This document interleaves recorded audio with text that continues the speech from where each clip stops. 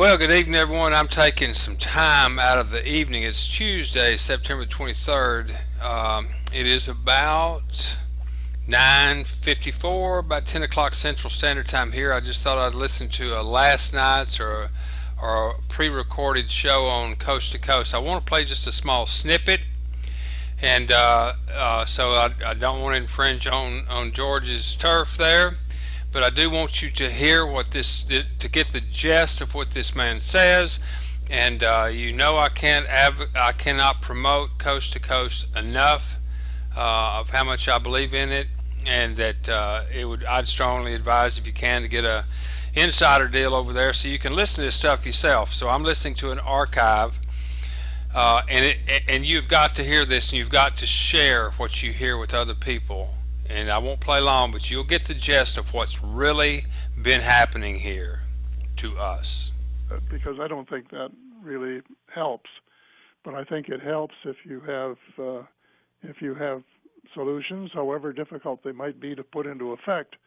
And that has been a trademark of all of my books to date, and certainly the Money Mafia World in Crisis is no exception. It is it is by far the most important book I've ever written, and it goes into what is wrong in the world to a greater extent than I have ever done before. And then on the solution side, it goes more deeply into quite a lot of practical things that have to be done if we're going to change things the way that everybody would like to see them changed, but nobody does anything about it. Now, you're in Canada. Your career's been in Canada. Does Canada somewhat echo the United States in shadow it in terms of events that occur? If we have a downturn in the economy in the United States, Paul, will Canada have that too? Normally it will, yes. It'll follow fairly closely. There have been a few cases where we have managed to stay away from your pattern a little bit. We did in the recent meltdown, 2008-9, for example. Our banks fared better than yours, and we had a more stable system up here, and things didn't go quite as wrong for us. But normally, if you get a disease of some kind down there, it creeps across the border, and we have the same sort of thing up here, and just have to kind of put up with it. Well, not only tonight are you being heard in the United States, but we've got a huge Canadian following. We're in every major city in Canada too, Paul. So I understand. A lot of people are going to get this message.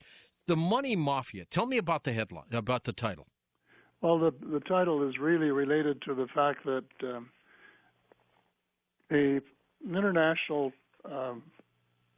banking cartel has been ripping off the people of the world for, a long time, but in particular the last 300 years. And they have managed to put into effect a system of money creation which doesn't make any sense whatsoever, and which is a ripoff. And that's the reason that I call the book Money Mafia. They've got the greatest game going, don't they? They have the greatest game going, and it's a game that has been so incredibly profitable for them, but incredibly bad for everybody else, because they create all the money as debt, or nearly all of it, and they get the gravy, and we get the debt. So I don't know how extensive. I'd like to go into this subject at some length, if I may. Well, you're on with me for 3 hours tonight, Mr. Hellyer, so we've got a long way. We've got a lot to talk about. That's right. Well, it's most people don't understand money and where it comes from, and they have some mystic view of it, and they kind of think, well, I don't know what it is, but I know I haven't got enough of it. And in olden days, way back, of course, most money used to be coins, and that was the most important thing. And then later on, of course, the economies got so large that we had to switch to paper money. And today, of course, nearly all of our money is electronic. It's just a computer entry. And so you have these millions and millions of people really around the world that have no jobs and no future for lack of a few well-placed computer entries. So if you want to go back, you go back, say, to the time that or just a little before the Bank of England was established over 300 years ago.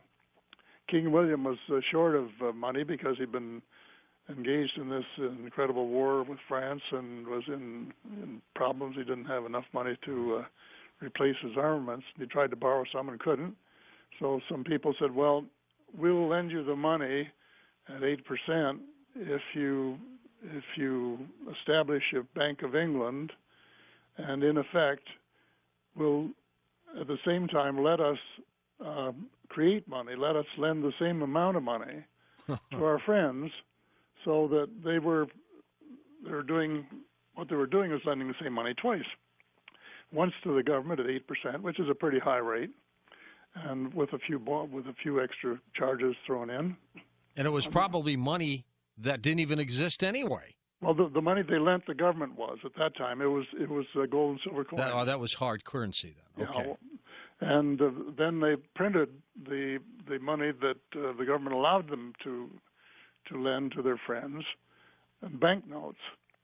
And so, in effect, they were lending the same money twice. Well, then that was such a good thing that over the years, the leverage, as we call it, that was a leverage of 2 to 1, lending the same money twice. Well, over the years, that leverage has increased dramatically. And in the early years of the 20th century in the United States, for example, the federally incorporated banks had to have a gold reserve of 25%, which meant banks were allowed to lend 4 times the money. And then when I was a youngster here in Canada, our banks had to have a cash reserve of 8%, so they could lend the same money 12.5 times. That's right. Well, then they kept getting more and more greedy as the years went on, and we got Milton Friedman giving us some abstract ideas from the classroom that didn't make any sense, and we got up to the point where they were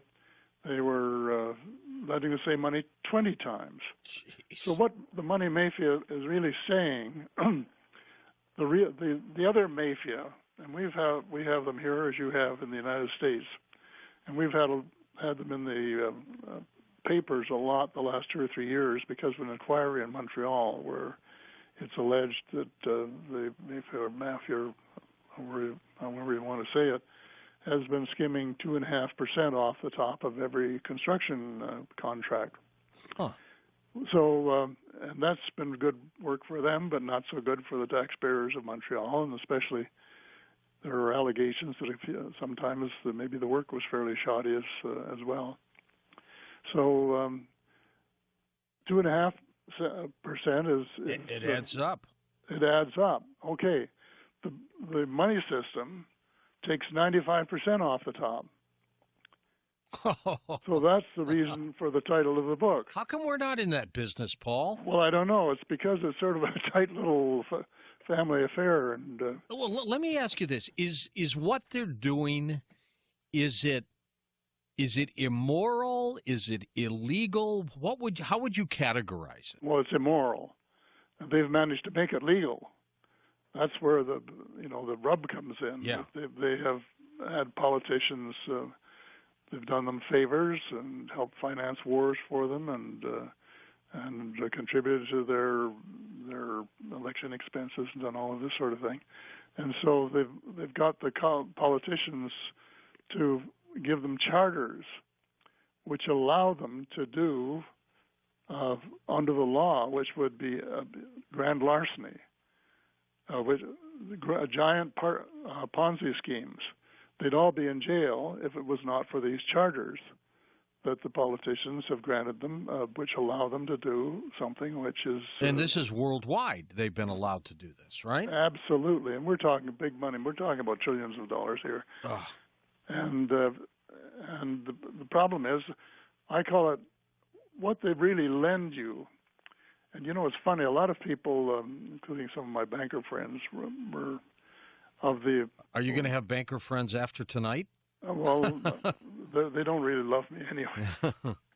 And they're not all bad, but the ones who really make the rules are pretty sharp. Yeah.